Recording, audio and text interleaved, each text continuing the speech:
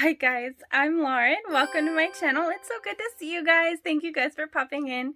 If you've been following my channel for a while now, you may have noticed that I am always promising updates on things, and I keep not always going back to these things. So this is kind of going to cover some of the plants that I haven't. Hopefully most of them, but if I forget some, then let me know and I can get that taken care of, okay? So let's just go around the house and do some planty updates. And it's just going to be a fun, short little video, nothing too crazy. But when you are done watching this, why don't you head on over to Instagram or TikTok and tag me because I want to see your new plant growth too. Okay, let's get into it. Alright guys, let's start out in the kitchen first. Here is that moonshine snake plant. You can see that its roots have doubled since it's been potted up in water. Definitely looking beautiful. I'm so excited. It's actually got a little bit of new growth in the center too, so I'm really excited to see it grow even more. I will probably be potting it up in the next few weeks or so I'm pretty excited about that. On the same shelf, just a little bit further over, the Codonanthe I have growing in sphagnum moss has actually decided to bloom. It's bloomed quite a bit, but I've been posting it on Instagram and I haven't talked about it here. So I really wanted to share how beautiful it is. And you can see the little fuzz on the Codonanthe leaves. There is some Peperomia in there as well, but the Codonanthe is the big circular one.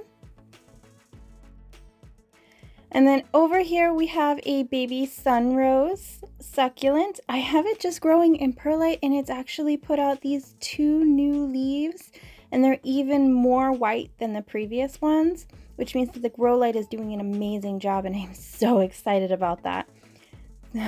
Very excited to see them get bigger. And then this is that lucky bamboo Dracaena, I guess experiment, we'll call it an experiment, in the Jack's Bonsai Succulent soil. Sorry, I'm mixing up my words here.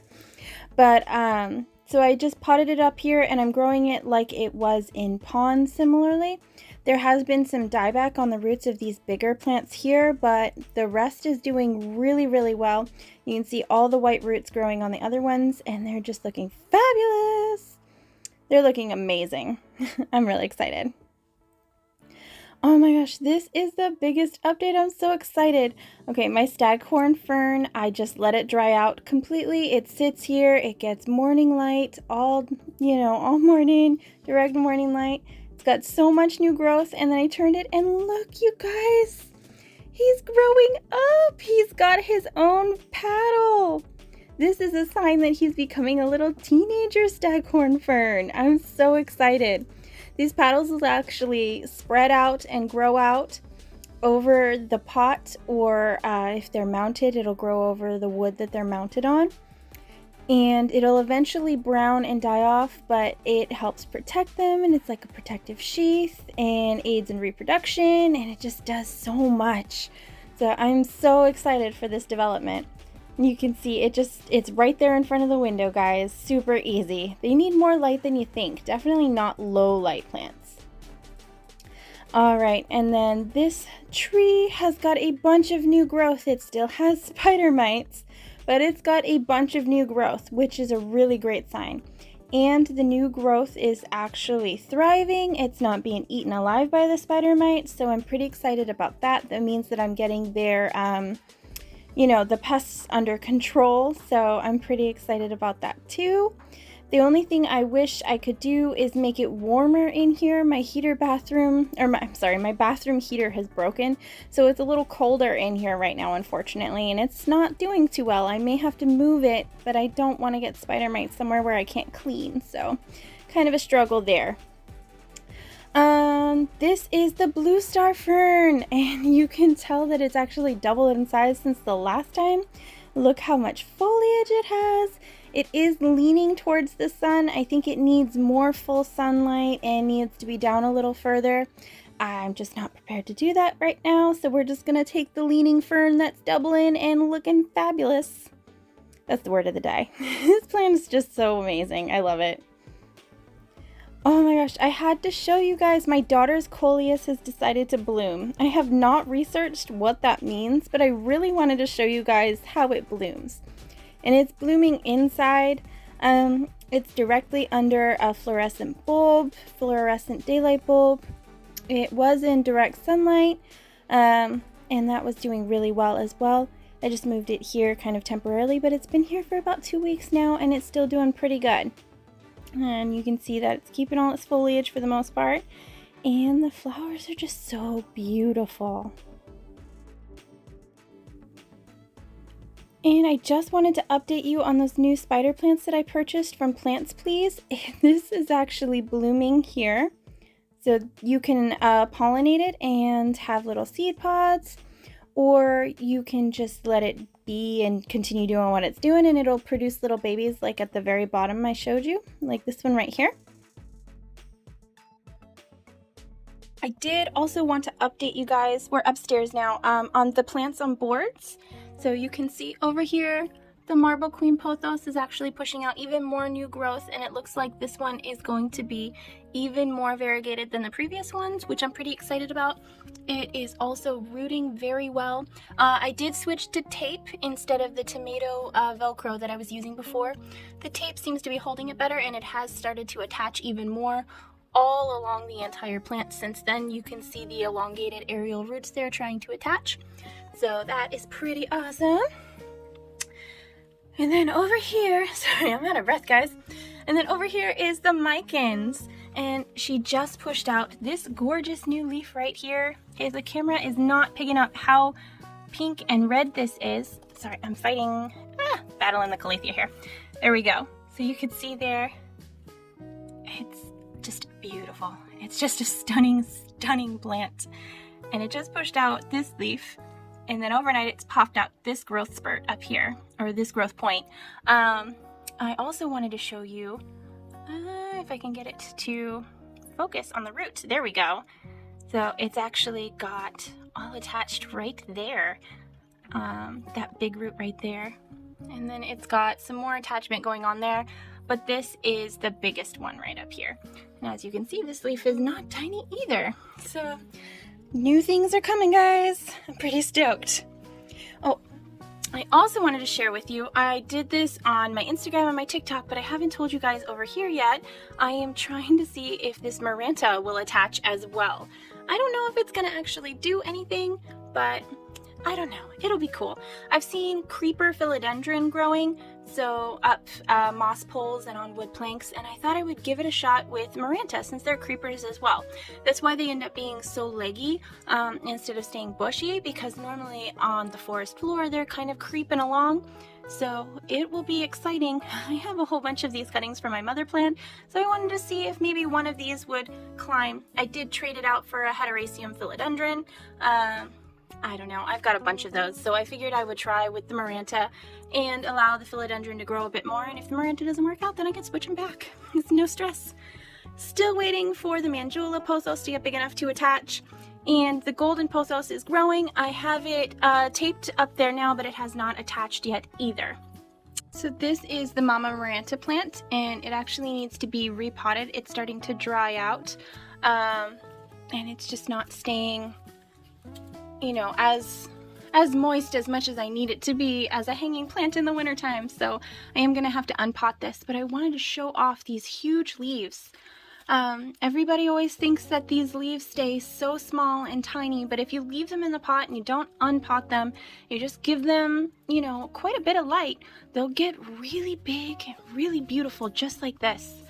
See, you can see that they're starting to curl a little bit because they're needing, you know, they're needing some more water. But this plant is big and beautiful and amazing. I highly recommend Maranta to anyone looking for a really easy plant. People complicate it because they say that they're like calathea, but they're really not. Calathea can get these big leaves as well, but these are so much more easy care and so easy to propagate. Definitely my #1 starter plant. Anyway, I've gushed about this plant enough. I'm going to move on to the next one. I did want to update you on my string of hearts. I've got my elbow string of hearts here. This kind of mutated variegation that doesn't really get pink but stays white. I did chop it back and I propagated all of the other little pieces, and they're continuing to be variegated. but this one did not continue with the variegation. It did on one leaf a little bit, and then not on the other side, and then since then it's only been green growth, so I will have to cut this back. But we'll see. We'll see. So maybe I'll do that in the next couple of days. I don't know, but I would just propagate these and then put them back in the top and try to make more full pot. You can see it's got new growth growing over here. The rest is just regular. It's just this one strand here that ended up mutating and becoming kind of an elbow, you know, string of hearts. And I do have my variegated one down here, and it's pushing out a bunch of new growth as well. So much good stuff. Everybody says that plants stop in the wintertime, guys, but it's not true. They keep growing, they keep making beautiful, beautiful leaves. So here's my Tradescantia over here. I actually had chopped it and propagated it in the middle there, and it pushed out this new growth and this new growth. There's so much going on. This one started to die, so I took a final cutting, and I have that over there. But this one is growing as well. This one has more than doubled as well. And then you can see the furry bellies over here. These Tradescantia. If you haven't seen them before, they're very fuzzy, very soft. Montana, Tradescantia Montana, I think is the technical name for them. So definitely take a chance on these babies too if you don't have them already. And then these Tradescantia over here have doubled as well. These actually have a little bit of sparkle in with their white. Sorry, I need to go eat some food. But yeah, these variegated ones are very pretty too. Let me see what else we can talk about. I also wanted to talk to you about my heartleaf fern. I do keep it in this jar, and I have a little wooden lid on it normally. But it's popped out all of this new growth recently. I think they really do prefer cooler temperatures. Since it started being a little bit cooler up here, I'm keeping it in the high 70s.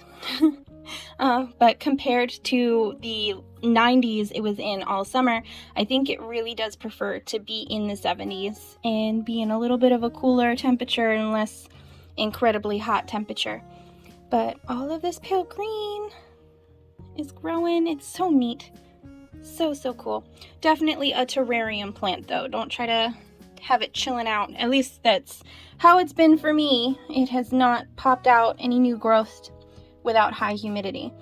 But it's liking it right here. This is actually what I would consider a low light plant because I don't have it near, you know, near very much grow lights or near the window. It is sitting right over here, which I know seems like it's gonna be a higher light. I have a grow light way on the ceiling, way up there, and that shines on it. And then the window is over there, but it's actually blocked by all of these plants, and it's a good, I'd say 2.5 feet away. And then I normally have this lid on it as well. So this is more what I would consider kind of a low light plant because it is thriving now in the wintertime when not much sunlight is coming through, and then it's thriving in the cooler temperatures. So just something to keep in mind if you happen to get this type of fern. Also wanted to share my Peperomia incana. This is a fuzzy Peperomia. It has pushed out this leaf, and this leaf. And they are beautiful and happy, but it is losing this one leaf down here. You can see the discoloration. And then I don't know if it's going to pick it up, but you can see the little nubbins back here. It's actually getting that at a lot of different locations, and those are going to be new growth points. So it's killing off this one beautiful big leaf, and it's growing all of these new little nubs. So it's got new growth. I'm sorry. There you go. It's got new growth coming in there, and then it's got some new ones up here. It's just really cool plant. Really amazing. So a lot of times when we start to see our leaves discolor like this, it's concerning, especially on Peperomia, because their leaves will last a very long time. It's not like just a week or two like some other plants, you know, where they're continuously growing new foliage, like a begonia, for example. These guys grow their foliage and they keep it for a really long time, and it just gets bigger and bigger and bigger the older it is. So when they start to lose a leaf, it's very concerning. But because it's actually popping out all this new growth because of it, I am not concerned at all. I will be sad to see this leaf go, but I am very excited to see all of the new foliage it pushes out. Alright, pardon the holiday mess and moving stuff around, and this is the last plant I wanted to show you guys. I did put a single vine of this Philodendron Brazil on a pole, and I just taped it. I wanted to see what it would be like if it climbed. And it has actually attached. You can see these little roots right here. And this is actually just a dowel. I got a pack of them from the dollar store. And this is just the thickest dowel in that pack. And you can see all these beautiful leaves. This is the latest one that it unfurled. But you can see that it's actually starting to attach. So what I might end up doing is unrooting this one vine and then putting it in a separate pot and watching this whole thing climb. I really didn't expect it to attach so fast, so I am really excited to see where this goes, and I will definitely be keeping you guys updated. Alright guys, thank you so much for watching, and I will see you in the next one. Bye!